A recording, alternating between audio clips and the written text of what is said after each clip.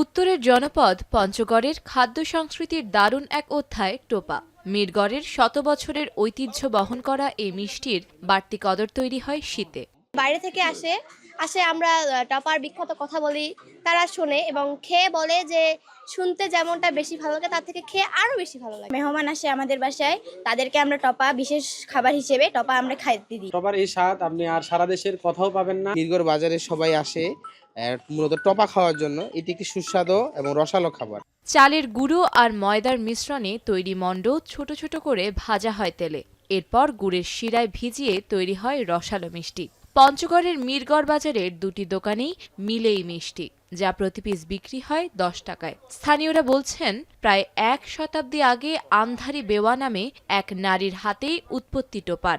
ধীরে ধীরে টোপার স্বাদের খবর ছড়িয়ে পড়ে দূর দূরান্তে। প্রায় 40-42 বছর আমি দোকান করছি আর কি।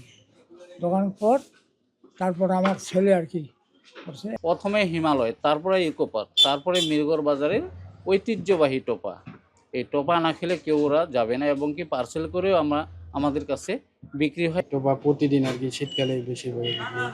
শীত টোপা হলো 10 টাকা পিস এবং কি টোপা পার্সেল করে নিয়ে। আমাদের মিরগড় স্কুলে যখন এই টিফিন হয়ে যায় তখন দেখবেন বাচ্চারা সবাই দৌড়াচ্ছে টোপা খেতে।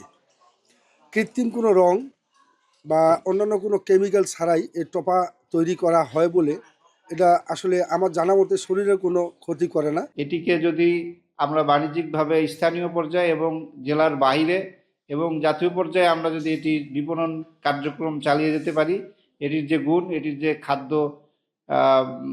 গুণাগুণ, সেটি কিন্তু আমাদের অর্থনৈতিক জায়গায় একটু হলেও সেটি সমৃদ্ধ হতে পারে।